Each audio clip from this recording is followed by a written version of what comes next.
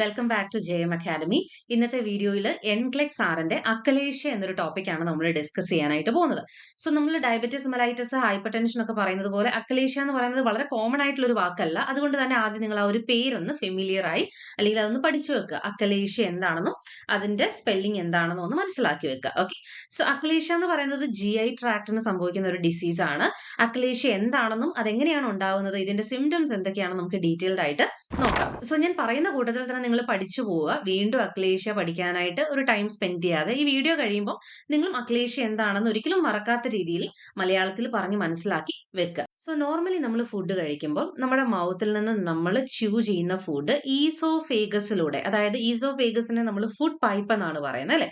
So ഈസോഫേഗസിലൂടെ food pass ചെയ്ത് സ്റ്റൊമക്കിൽ എത്തിച്ചേരുകയാണ് ചെയ്യുന്നത്. Okay, ഇതാണ് സ്റ്റൊമക്ക്. ഓക്കെ, ഈസോഫേഗസിന് മസിൽസ് ഉണ്ട്. ഓക്കെ, സോ ഫുഡ് താഴോട്ട് പാസ് ചെയ്യണമെങ്കിൽ ഈസോഫേഗസിലെ മസിൽസ് കൺട്രാക്ട് ആകുകയും ഈ ഫുഡിനെ ഇങ്ങനെ സ്ക്വീസ് ചെയ്താണ് സ്റ്റൊമക്കിൽ എത്തിക്കുകയും ചെയ്യുന്നത്. ഓക്കെ, സോ ഈസോഫേഗസിൽ മസിൽസ് ഉണ്ട്, ഇത് കൺട്രാക്ട് ആയി ഫുഡ് താഴോട്ട് സ്ക്വീസ് ചെയ്ത് വരികയാണ് ചെയ്യുന്നത്. ഓക്കെ, സോ ഈസോഫേഗസിന്റെ താഴെയായിട്ടുള്ള എൻഡ് പോർഷനിലായിട്ടുള്ള ഈ റിംഗ് ഓഫ് മസിൽസ് ഓപ്പൺ ആകുമ്പോഴാണ് എന്ത് സംഭവിക്കുന്നത്, ഈസോഫേഗസിൽ നിന്ന് ഫുഡ് സ്റ്റൊമക്കിലോട്ട് എത്തുന്നത്. സോ ഈ ഒരു പോർഷൻ ഓപ്പൺ ആകണം, എന്നാൽ ഈസോഫേഗസിൽ നിന്ന് ഫുഡ് സ്റ്റൊമക്കിലോട്ട് എത്തുള്ളൂ. ബട്ട് അക്കലേഷ്യയിൽ എന്താ സംഭവിക്കുന്നതെന്ന് ചോദിച്ചാൽ ഈ ഈസോഫേഗസ് കൺട്രാക്ട് ആകില്ല പ്രോപ്പർ ആയിട്ട്. ഓക്കെ, അക്ലേഷ്യയിൽ ഈസോഫേഗസ് കൺട്രാക്ട് ആകാതെ എന്ത് സംഭവിക്കുന്നു, ഈ മസിൽ, ഈ താഴെയുള്ള ഈ മസിൽ ഓപ്പൺ ആവാതെയും ചെയ്യുന്ന സിറ്റുവേഷൻ ആണ് അക്ലേഷ്യ എന്ന് പറയുന്നത്. സോ ഓപ്പൺ ആവാതെ ഈ ഫുഡ് ഇങ്ങോട്ട് പാസ്സാവില്ല അല്ലെ. സോ ഈസോഫേഗസിൽ തന്നെ ഫുഡ് സ്റ്റക്ക് ആയിട്ട് നിൽക്കുകയാണ്. ഓക്കെ, സ്റ്റൊമക്കിലോട്ട് ഫുഡ് പോകുന്നില്ല. ഒരു കണ്ടീഷനെയാണ് അക്കലേഷ്യ എന്ന് പറയുന്നത്. ഓക്കെ, സോ അക്കലേഷ്യ എന്ന് പറയുന്നത് വളരെ റെയർ ആയിട്ടുള്ള ഒരു ഡിസോർഡർ ആണ്.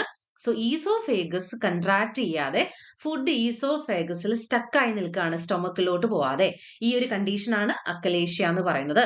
സോ നിങ്ങൾ മൈൻഡിൽ ഒന്ന് പറഞ്ഞു നോക്കുക, ഫുഡ് പാസ് ചെയ്യുന്ന ഫുഡ് പൈപ്പിലൂടെ ഫുഡ് പാസ് ആവാതെ, അതായത് ഈസോഫേഗസിലെ മസിൽസിന് ഫുഡിനെ സ്ക്വീസ് ചെയ്ത്, അതായത് കൺട്രാക്ട് ചെയ്ത് സ്റ്റൊമക്കിലോട്ട് എത്തിക്കാൻ കഴിയാതെ വരുന്ന സിറ്റുവേഷനെയാണ് അക്കലേഷ്യ എന്ന് പറയുന്നത്. സോ ഈ മസിൽ ഓപ്പൺ ആകാതെ വരും, അപ്പൊ ഫുഡ് ഇവിടെ സ്റ്റക്ക് ആയി നിൽക്കും. ഓക്കെ, സോ നിങ്ങൾക്ക് ക്ലിയർ ആയെന്ന് വിശ്വസിക്കുന്നു അക്കലേഷ്യ എന്താണെന്നുള്ളത്. ഓക്കെ, സോ ഇനി അക്കലേഷ്യയുടെ സിംറ്റംസ് എന്തൊക്കെയാണെന്ന് നോക്കാം.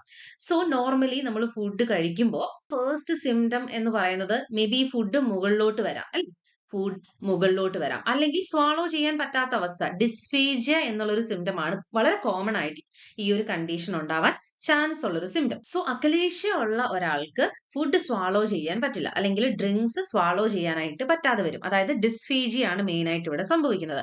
നൗ ഈ സ്വാളോയിങ് ഡിഫിക്കൽട്ടി വളരെ ഗ്രാജുവൽ ആയിട്ട് സംഭവിക്കുന്ന ഒന്നാണ്. ഓക്കെ, സോ ആദ്യമൊക്കെ നമ്മൾ ഫുഡ് കഴിക്കുമ്പോൾ സ്വാളോ ചെയ്യുമ്പോൾ ചെറിയൊരു വേദനയായിരിക്കും അവിടെ അനുഭവപ്പെടുക. ഇതൊരു കുറച്ച് വർഷങ്ങൾ കഴിയുമ്പോൾ ഫുഡ് കഴിക്കാനേ പറ്റാതെ വരുന്ന ഒരു സിറ്റുവേഷനിലോട്ട് എത്തിച്ചേരും. Okay, so first symptom dysphagia ആണ്. ആൻഡ് ദെൻ നമ്മൾ ഫുഡ് അൺഡൈജസ്റ്റഡ് ആയിട്ടുള്ള ഫുഡ് മുകളിലോട്ട് വരിക, bringing back up undigested food. So സ്റ്റൊമക്കിലാണ് ഈ ഡൈജഷൻ സംഭവിക്കുന്നത്, സോ സ്റ്റൊമക്കിലോട്ട് എത്തുന്നില്ല. സോ ഡൈജസ്റ്റ് ആകാത്ത ഫുഡ് മുകളിലോട്ട് വരിക, വോമിറ്റിംഗ് ഉണ്ടാകാം, ചോക്കിംഗ് സംഭവിക്കാം, കോഫിംഗ് ഫിറ്റ്സ് ഉണ്ടാവാം, ഹാർട്ട് ബേൺ സംഭവിക്കാം, ചെസ്റ്റ് പെയിൻ അനുഭവപ്പെടാം. ഓക്കെ, അതുപോലെ തന്നെ ചെസ്റ്റ് ഇൻഫെക്ഷൻസ് ഉണ്ടാകാം. അതുപോലെ തന്നെ ഞാൻ പറഞ്ഞ പോലെ വോമിറ്റിംഗ്, സലൈവ ഒക്കെ ഡ്രൂളിംഗ് അനുഭവപ്പെടുക കേട്ടോ. സോ വോമിറ്റിംഗ്, സലൈവ ഒക്കെ നമ്മളുടെ മൗത്തിൽ പെട്ടെന്ന് തന്നെ ഫില്ലാകുന്ന ഒരു ഫീലിംഗ് നമുക്ക് വരാം. അതുപോലെ തന്നെ ഇത് വെയിറ്റ് ലോസിലോട്ട് ലീഡ് ചെയ്യും. അതായത് നമ്മൾ ഫുഡ് കഴിക്കുന്നില്ല, ഫുഡ് പോകുന്നില്ല, സോ ഗ്രാജുവലി എന്ത് സംഭവിക്കും, പേഷ്യന്റ് വെയിറ്റ് ലോസ് ഉണ്ടാവുകയും അതുപോലെ തന്നെ മാൽനറിഷ്മെന്റ് സംഭവിക്കുകയും ചെയ്യാം. ഓക്കെ, സോ ഇത്രയും ക്ലിയർ ആയെന്ന് വിശ്വസിക്കുന്നു. അക്കലേഷ്യ എന്ന് പറയുന്ന ഒരു കണ്ടീഷൻ വളരെ റെയർ ആയിട്ടുള്ള ഒരു ഡിസോർഡർ ആണ്. ഈസോഫേഗസ്, അതായത് ഫുഡ് പൈപ്പിൽ ഉണ്ടാകുന്ന ഒരു ഡിസീസ് ആണ്. ഓക്കെ, സോ നമുക്ക് സ്വാളോ ചെയ്യാൻ പറ്റാതെ വരിക, ഫുഡോ ഡ്രിങ്കോ സ്വാളോ ചെയ്യാൻ പറ്റാതെ വരുന്ന സിറ്റുവേഷൻ ആണ് അക്കലേഷ്യ. അതിന്റെ സിംറ്റംസ്, സ്വാളോ ചെയ്യാൻ പറ്റാതെ വരുമ്പോൾ ഉണ്ടാകുന്ന സിംറ്റംസ് ഒക്കെ നമ്മൾ ഇവിടെ വരുന്നുണ്ട്. സോ ഞാൻ പറഞ്ഞതുപോലെ തന്നെ ഈസോഫേഗസ് കൺട്രാക്ട് ചെയ്ത് ഫുഡിനെ സ്ക്വീസ് ചെയ്യണം താഴോട്ട് അല്ലെ, എന്നാലാണ് അത് സ്റ്റൊമക്കിൽ എത്തിച്ചേരുക.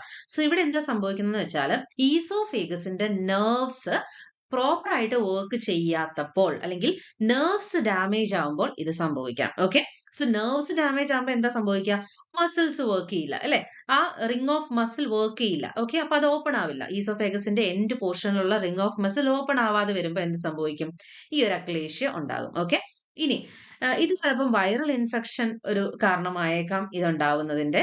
അല്ലെങ്കിൽ ഓട്ടോ ഇമ്മ്യൂൺ കണ്ടീഷൻസ്, അതായത് ഹെൽത്തി ആയിട്ടുള്ള ടിഷ്യൂനെ, ഓർഗനെ, സെൽസിനെ ബാധിക്കുന്ന ബോഡിയുടെ ഇമ്മ്യൂൺ സിസ്റ്റം അറ്റാക്ക് ചെയ്യുന്ന ഒരു condition. Okay. Auto immune condition കൊണ്ട് ഇത് സംഭവിക്കാം. ഓക്കെ. ഫോൾട്ടി ജീൻ ഒരു അക്ലേഷ്യയുടെ കാരണമായേക്കാം. ഓക്കെ. സോ എന്തൊക്കെയാണ് കോസസ് നമ്മൾ പറഞ്ഞത്?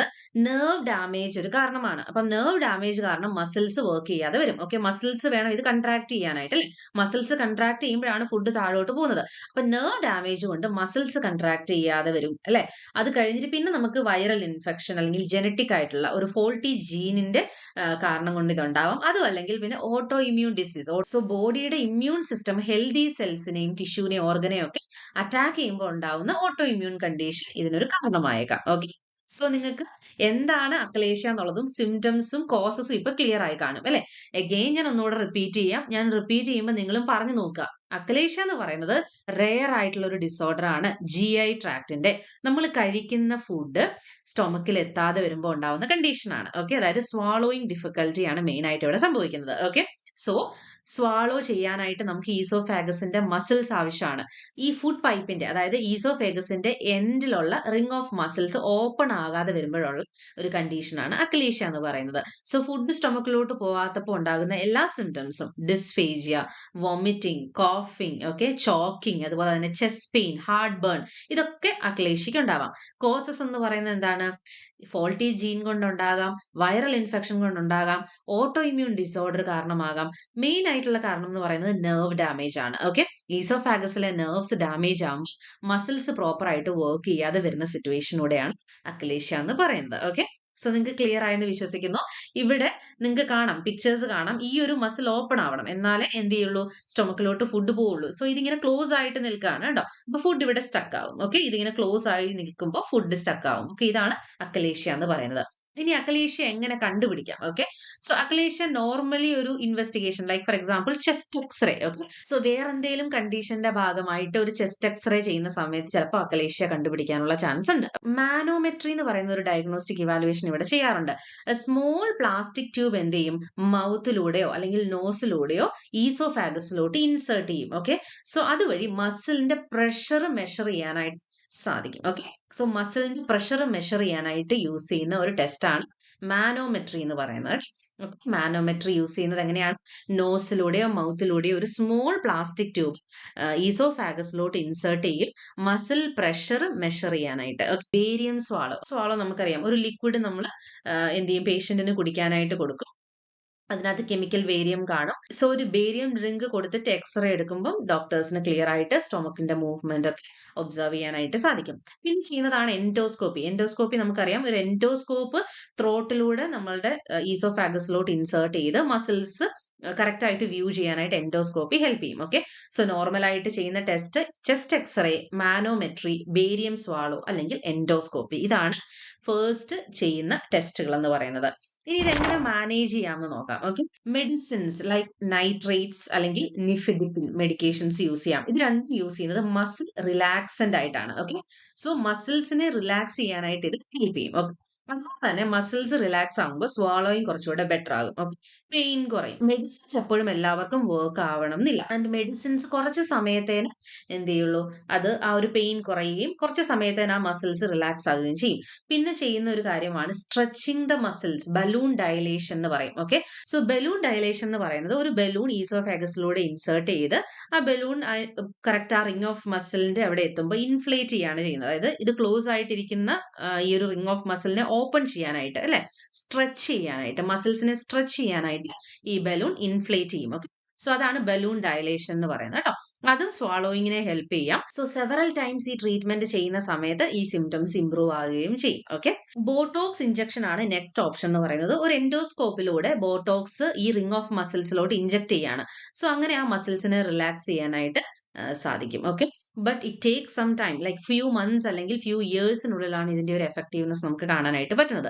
ഇനി പിന്നീടുള്ള ഒരു ഓപ്ഷൻ എന്ന് പറയുന്നത് സർജറിയാണ്. ജനറൽ അനസ്തേഷ്യയിലൂടെ ഈ റിംഗ് ഓഫ് മസിൽസ് ഉള്ള മസിൽ ഫൈബേഴ്സ് കട്ട് ചെയ്ത് ഫുഡ് സ്റ്റൊമക്കിലോട്ട് എൻട്രി ചെയ്യിക്കുന്ന ഒരു രീതിയാണ്. ഓക്കെ, ഇത് key hole surgery, laparoscopic surgery ആയിട്ടാണ് ഇത് നടത്തുന്നത് കേട്ടോ. ഹെല്ലേഴ്സ് മയോട്ടമി എന്നാണ് ഈ സർജറിയുടെ പേര്. Okay, Heller's myotomy.